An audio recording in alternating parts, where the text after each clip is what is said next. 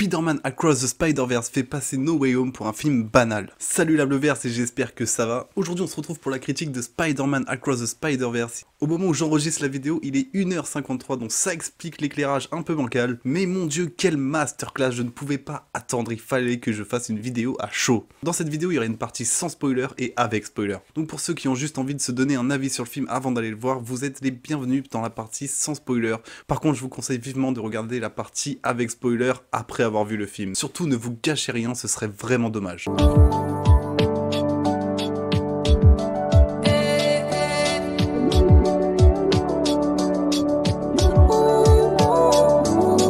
Pour la partie non spoiler, on va commencer avec l'animation. L'animation est évidemment exceptionnelle. Je pensais pas que j'allais me prendre la même claque, voire encore plus grosse que celle de 2018, mais c'est le cas, tu prends vraiment une claque visuelle pendant 2h40. Le film a l'honneur de présenter plusieurs styles d'animation et en même temps, c'est-à-dire que tu n'as pas un Spider-Man qui est fait de la même façon, du même style animé. On mélange vraiment tous les genres et même artistiquement parlant, on se retrouve vraiment dans le multiverse. En parlant du multiverse, je n'ai jamais vu un film qui le gère aussi bien. Dans le MCU par exemple, c'est géré de façon un peu bancale quand même, surtout quand on regarde le dernier Doctor Strange, mais là c'est vraiment maîtrisé d'une main de maître. Le scénario est 5 étoiles, c'est un 10 sur 10. Il commence très tranquillement, tu passes une bonne demi-heure à bien rigoler, et vraiment il y a toute la construction du film qui se fait, et puis après ça ne fait que monter crescendo jusqu'à une certaine partie du film où ça devient vraiment intense. Le personnage de Miles Morales est exceptionnel dans ce film, également le personnage de Miguel, le Spider-Man du futur. En plus, Oscar Isaac nous livre une performance de doublage que j'ai trouvé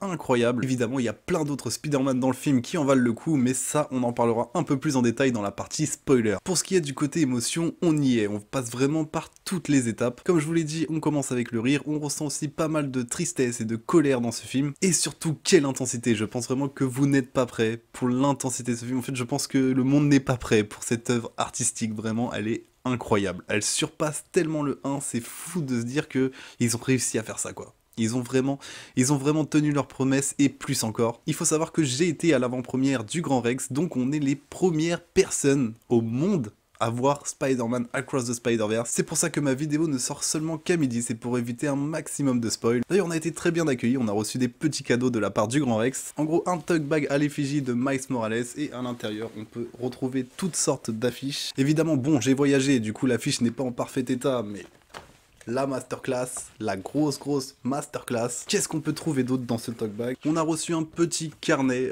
sur différents comics qui traitent du multivers. Faut savoir que ces comics seront disponibles en librairie le 14 juin à 6,99€ le tome. On y trouve également ce petit papier qui nous annonce que la BO du film sera disponible sur toutes les plateformes de streaming le 2 juin. Donc patientez un peu pour écouter les sons du film, ça viendra vendredi. On a une petite pancarte sympathique du Grand Rex avec deux personnages du film et entre autres Gwen Stacy. On a également la promotion des figurines avec une petite image que je trouve franchement très stylée où ils sont posés dans un ciné, donc on peut voir toutes les références un peu du film, et derrière on a les petits codes barres pour pouvoir les commander directement. Et aussi pour finir, on peut trouver ce petit artwork cartonné entre Miguel Aurora et Miles Morales. Je le trouve franchement très stylé, il est petit, il paye pas de mine, au moins c'est cool, on peut le mettre dans un petit cadre et l'accrocher à la maison, franchement il est très cool. Et je vous remonte le sac une dernière fois, franchement c'était une soirée de dingue, le public c'était le feu et le film c'était une masterclass. Je pense sincèrement que c'est le film de l'année. The Flash il a intérêt à être parfait pour passer derrière ça, franchement, même s'il traite également du multiverse, là franchement il n'y a pas à chier, c'est vraiment le meilleur film qu'on ait eu sur le multiverse, c'est le meilleur film qu'on ait eu sur Spider-Man, et c'est clairement l'un des meilleurs films de super-héros. Vous allez voir que dans ma critique, je vais vraiment considérer cette œuvre comme un film, c'est clairement un film qui dure 2h40 avec une animation incroyable. Donc ça reste un film d'animation, ils ont vraiment bossé l'animation, c'est un 10 sur 10 sur l'animation, mais ça a vraiment l'ampleur d'un film. J'ai rarement autant vibré au cinéma, pourtant j'ai fait plusieurs avant-premières au Grand Rex, entre autres celle de Camelot ou encore The Way of Water. J'ai également été voir la trilogie du Seigneur des Anneaux au Grand Rex, c'était exceptionnel, mais alors là, j'ai pris une claque de fou. Ma seule petite déception, c'est qu'on était dans la grande salle et qu'on n'a pas eu le grand large. Mais bon, c'est pas très grave. On est rentré presque 1h30 en avance, mais le Grand Rex nous a mis dans l'ambiance. On a eu des petits clips, des petits jeux. Petit extrait d'ailleurs de clips qu'on a pu avoir.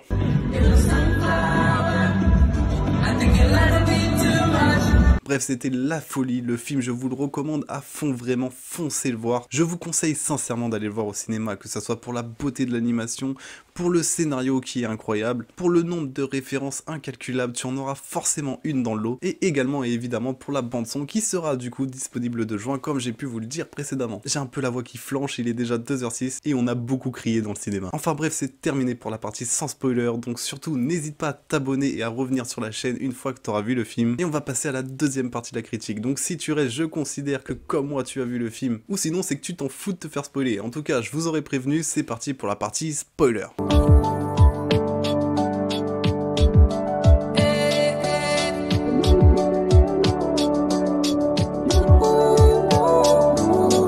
Bon alors, c'était une masterclass ou pas? Explosez-moi les commentaires, je veux avoir votre avis, je veux savoir si je suis le seul à avoir ressenti ça ou pas. Enfin, je sais très bien que je suis pas le seul parce qu'on était à peu près 2000 au Grand Rex et qu'on a tous réagi de la même façon, mais putain quel film incroyable. Évidemment, je vais pas vous refaire le film de A à Z, mais on va revenir sur les moments qui nous ont fait vibrer, les moments qui nous ont fait kiffer. Pour commencer, j'ai énormément kiffé la relation entre Gwen Stacy et Miles Morales. Forcément, il y avait déjà quelque chose qui était en train de se construire dans Into the Spider-Verse, mais alors là, il y a plus de doute possible, c'est en train de se construire, mais avec de très bonnes bases. On a une Gwen Stacy qui peut plus rester dans son monde parce que son père a découvert son identité et sur le moment en tout cas il décide de l'arrêter. D'ailleurs cette scène c'est l'ouverture du film avec Gwen Stacy. On reçut un peu son histoire lorsque son meilleur ami Peter Parker meurt. C'est à partir de là justement que son père décide de la traquer en pensant que Spider-Woman a tué Peter Parker. Et il y a un vautour, mais un vautour de la période Renaissance. Il est très stylé. Graphiquement franchement tu sens déjà que tu vas avoir plein de styles d'animation en même temps dans une même scène et c'était ouf. C'est d'ailleurs dans cette scène qu'on a l'apparition de Miguel et de l'autre Spider-Woman. Pour l'instant cette partie du film elle est quand même détente, mais on comprend que l'histoire de Into the Spider-Verse a un peu foutu la merde dans le multiverse, et il y a également une référence à No Way Home au tout début du film. Il cite Doctor Strange et Spider-Man de Tom Holland qui ont également foutu leur petite merde avec le multiverse. Donc d'emblée de jeu on sait que No Way Home fait partie de l'ensemble de ce Spider-Verse. Donc de toute évidence si No Way Home en fait partie, ça veut dire que le Spider-Man de Tobey Maguire et le Spider-Man d'Andrew Garfield en font également partie. Est-ce que c'est bon pour vous?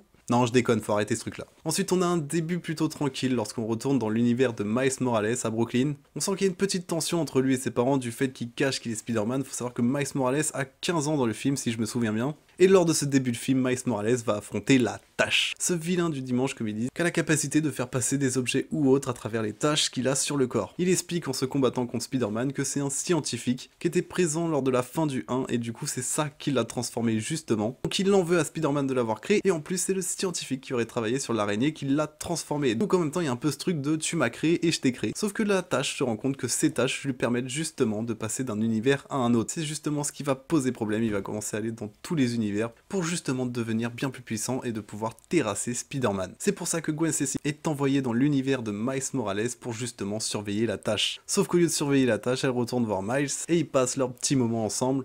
Miles est super content de la retrouver, il pensait ne jamais la revoir et on va pas se mentir, c'est la même chose pour elle. Franchement, j'ai vraiment kiffé les petites scènes de flirt entre eux et en plus on a des plans juste magnifiques. Je pense à ce moment où Gwen Stacy marche pour se poser à l'envers, avoir une vue sur la ville, la tête en bas. Franchement, la transition est parfaite. En plus, l'animé est tellement beau, c'est assez ouf. Sauf que du coup, elle a pas tellement surveillé la Tâche, donc la Tâche continue de faire son affaire, et lorsqu'elle décide de se concentrer sur sa mission, bah il est un peu trop tard. Ce qu'elle ne sait pas, c'est qu'elle est suivie par Miles, et quand l'autre Spider-Woman lui confie la mission de réparer cette merde en 1 heure, elle ouvre un portail qui la mènera directement dans l'univers dans lequel se trouve la Tâche en ce moment même, et Miles va décider de la suivre. On va donc se retrouver dans une ville que j'ai trouvée un peu futuriste, avec tous ces étages et ces ponts qui se superposent, une ville mi-indienne, mi-américaine, mais avec une population indienne. C'est là qu'on va faire la connaissance de Spider-Man India, celui-ci. Moi personnellement, je n'avais pas la ref avant d'aller voir le film, mais j'ai trouvé le personnage très cool, en plus très drôle. Il y a cette scène où il y a un affrontement avec la Tâche qui est devenue du coup bien plus puissant parce qu'elle a atteint son but, et qu'il y a un immeuble qui s'effondre et qui va atterrir justement sur un pont où va se trouver la copine et en même temps le beau-père qui est commandant de police de Spider-Man India. Il va d'abord se concentrer sur le bus pour sauver sa copine, et du coup le père est en quelque sorte voué à mourir jusqu'à ce que Miles intervienne. À ce moment-là, Gwen Stacy le retient, on n'a pas trop compris pourquoi sur le moment. On s'est tous dit comme Miles que c'est parce qu'elle s'inquiétait pour son sort, et finalement on comprend un peu plus tard que c'était pas pour ça. À ce moment-là, il y a également une connexion qui se fait entre la Tâche et Miles Morales, et on voit une scène à peu près identique à la même scène avec le beau-père de Spider-Man India, mais avec le père de Miles. Ça on l'avait un peu prédit dans la vidéo réaction du trailer. Je me doutais que Miles aurait un choix à faire entre sauver tout le multiverse ou sauver son père, et grosso merdo c'est un peu ça quand même. D'ailleurs j'ai failli oublier, mais dans cet univers il y a également Spider-Punk qui vient rejoindre la petite bande pour les aider, et en VO ce n'est nul autre que Daniel Kaluuya, l'acteur entre autres de Judas and the Black Messiah ou de Nope ou Get Out, qui nous a livré lui aussi une très bonne performance. Après cet événement, Miles Morales va être emmené au QG de Miguel O'Hara, là où se trouve en gros la base de tous les Spider-Man. Alors c'est là, et je pense qu'on s'en doutait, qu'il va y avoir un nombre de références à la Spider-Verse incalculable. Pour citer quelques-unes, on peut voir le Spider-Man de PlayStation, pour le coup vraiment fait en version PlayStation. Hein. Quand je vous ai dit on mélange tous les styles, c'est vraiment qu'on mélange tous les styles. Entre autres, certains auront reconnu, je crois que c'est Donald Glover, hein, qui est déjà apparu d'ailleurs dans Spider-Man Homecoming, qui apparaît en tant que rôdeur, donc du coup en tant que Aaron. J'avoue cette scène était assez surprenante. On a également une apparition du Spectacular Spider-Man de la série animée, une apparition des Spider-Man des comics, et je vais garder les deux autres grosses références pour la suite de la critique, étant donné que ça suit totalement l'histoire en fait. Et oui, je vais passer directement à la discussion entre Miguel O'Hara et Miles Morales. Pendant cette discussion, on a l'arrivée de Peter Parker, le Peter Parker de Into the Spider-Verse, qui arrive avec sa fille qu'il a eue avec Mary Jane. J'ai dit que l'humour était très bien géré, non parce que je repense à une scène avec le Spider-Punk là qui m'a fait beaucoup rire, et vraiment en fait chaque blague qui a été tentée, c'est passé. Vraiment, chaque blague qui a été tentée, elle est tentée au bon moment, elle est drôle et ça fait l'effet sur le public. Vraiment, même là-dessus, c'est un sans faute. Bref, lors de cet échange, Miguel O'Hara fait comprendre à Miles Morales qu'il a fait une erreur, qu'il aurait pas dû sauver le beau-père de Spider-Man India. Il aurait dû mourir à ce moment-là parce que c'est un commandant de police, et si jamais on décide d'intervenir dans le cours des choses finalement, et il se passe des bugs interdimensionnels, et on l'a vu d'ailleurs dans la ville, elle commençait à s'effondrer dans un énorme trou noir juste après que Miles Morales ait sauvé son beau-père. C'est là qu'on comprend vraiment pourquoi Gwen Stacy a essayé d'empêcher Miles d'intervenir. À ce moment-là, lors de l'explication, c'est là qu'apparaît plein de Spider-Man qui ont perdu leur beau-père qui était commandant, et c'est là qu'on a une grosse référence à la scène de fin de The Amazing Spider-Man. On voit effectivement la scène où le père de Gwen Stacy meurt dans les bras d'Andrew Garfield. Ah putain, c'était super satisfaisant. Miles Morales fait tout de suite le lien avec son père qui va être promu commandant de police, et il comprend que dans la logique des choses, il devrait laisser son père mourir. Évidemment, il est hors de question pour lui que ça se passe comme ça. Alors en cherchant un peu de réconfort, il se tourne vers Peter et lui dit: si toi t'avais su pour Oncle Ben, tu serais pas intervenu. Peter lui dit: effectivement c'est vrai, on l'a vu dans la vidéo des 60 ans de Spider-Man d'ailleurs, mais la mort de l'Oncle Ben fait partie de l'étape de Spider-Man. Sans ça, il ne devient pas qui il est. C'est là que du coup apparaît plusieurs références aux Spider-Man qui ont perdu leur oncle.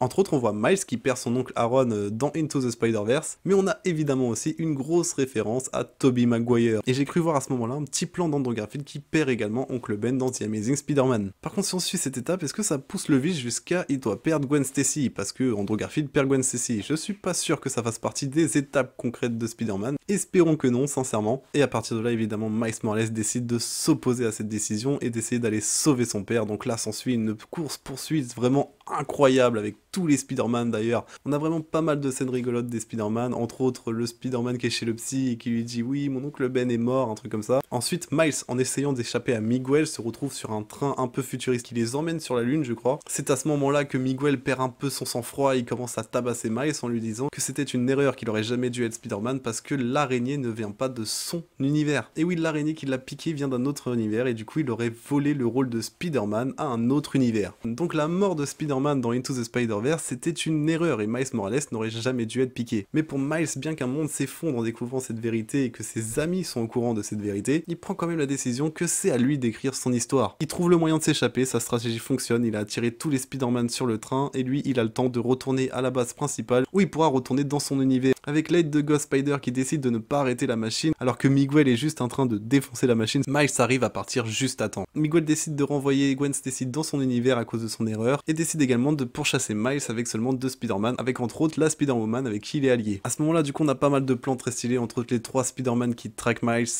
avec un panneau néon welcome derrière. Franchement le plan est très badass, ils font limite flipper dans ce plan là. En plus le personnage de Miguel O'Hara est tellement bien géré, le personnage est vraiment intense. On a également un plan de Miles qui va retourner chez lui et pendant qu'il retourne chez lui on a beaucoup de références, mais vraiment beaucoup de références à Into the Spider-Verse. Et lorsqu'il arrive chez lui, il décide de dire à sa mère qu'il est Spider-Man. À ce moment là on a Gwen Stacy grâce à l'aide de Spider-Punk qui est retourné dans l'univers de Miles et qui, on a l'impression, écoute à la fenêtre. Sauf que une fois qu'il a avoué à sa mère qu'il était Spider-Man, sa mère a une réaction très bancal, elle sait même pas qui est Spider-Man, elle lui dit ouais ok, t'es dans ton délire un peu comme X-Con, et à ce moment-là, Gwen Stacy regarde dans la chambre, mais la chambre est vide. Or on est en train d'assister à la scène de Miles qui avoue tout à sa mère. Et là, Miles a un bug, c'est là qu'on comprend que Miles n'est pas dans le bon univers, à cause de l'araignée qui l'a mordu, il est dans l'univers où Spider-Man n'a jamais existé. Heureusement, Gwen Stacy ne met pas longtemps à comprendre et décide de rassembler une petite équipe pour aller le sauver. Entre temps, qui débarque dans l'appartement dans l'univers dans lequel se trouve Miles? L'oncle Aaron. Attention, un oncle Aaron bien plus badass que dans Into the Spider-Verse, en tout cas il nous fait bien plus flipper. On comprend avec l'échange qu'il a avec la mère que le père de Miles est décédé, mais on comprend également quand ils arrivent sur le toit, parce qu'il y a le même tag qui rendait hommage à l'oncle Aaron, sauf que cette fois, c'est pas l'oncle Aaron, mais c'est le père de Miles sur le tag.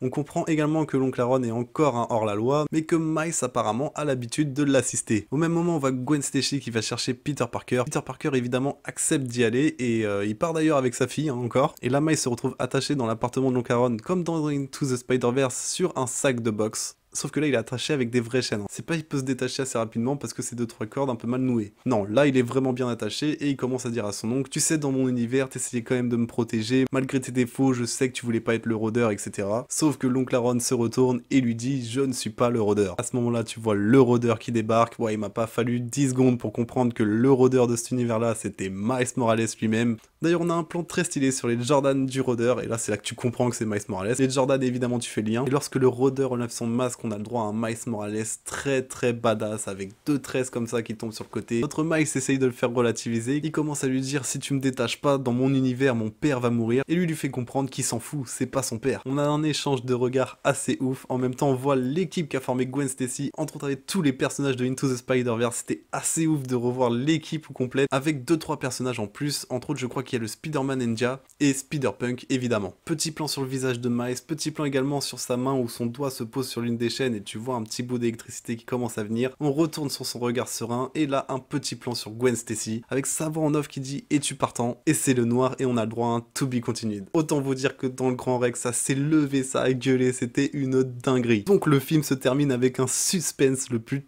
total. Franchement, je m'attendais pas à ça. J'étais prêt à me prendre encore 1 heure de Across the Spider-Verse, mais je pensais vraiment qu'on allait avoir une conclusion à cette histoire. Et non, le dénouement final sera dans le prochain film, mais j'ai jamais vu un film qui m'a autant épais, qui m'a aussi bien teasé le prochain. Et attention les amis, si vous restez jusqu'à la fin du générique, vous avez le droit au titre du prochain Spider-Man, Spider-Man Beyond the Spider-Verse. Putain, ce que j'ai hâte. C'est parti pour moi pour une nuit de montage, et pour vous, bah c'est la fin de la vidéo. Je vous invite à voir le classement que j'ai fait tout récemment des 9 films Spider-Man en comprenant Spider-Man Into the Spider-Verse. J'ai sorti la vidéo il y a une semaine, donc ça ne prend pas en compte Spider-Man Across the Spider-Verse malheureusement. Et j'ai également fait une vidéo sur les 60 ans de l'homme araignée. Donc n'hésite pas à aller regarder tout ça et n'hésite pas à t'abonner pour soutenir mon travail. Le plus important c'est que tu prennes soin de toi et moi je te dis à la prochaine. Ciao!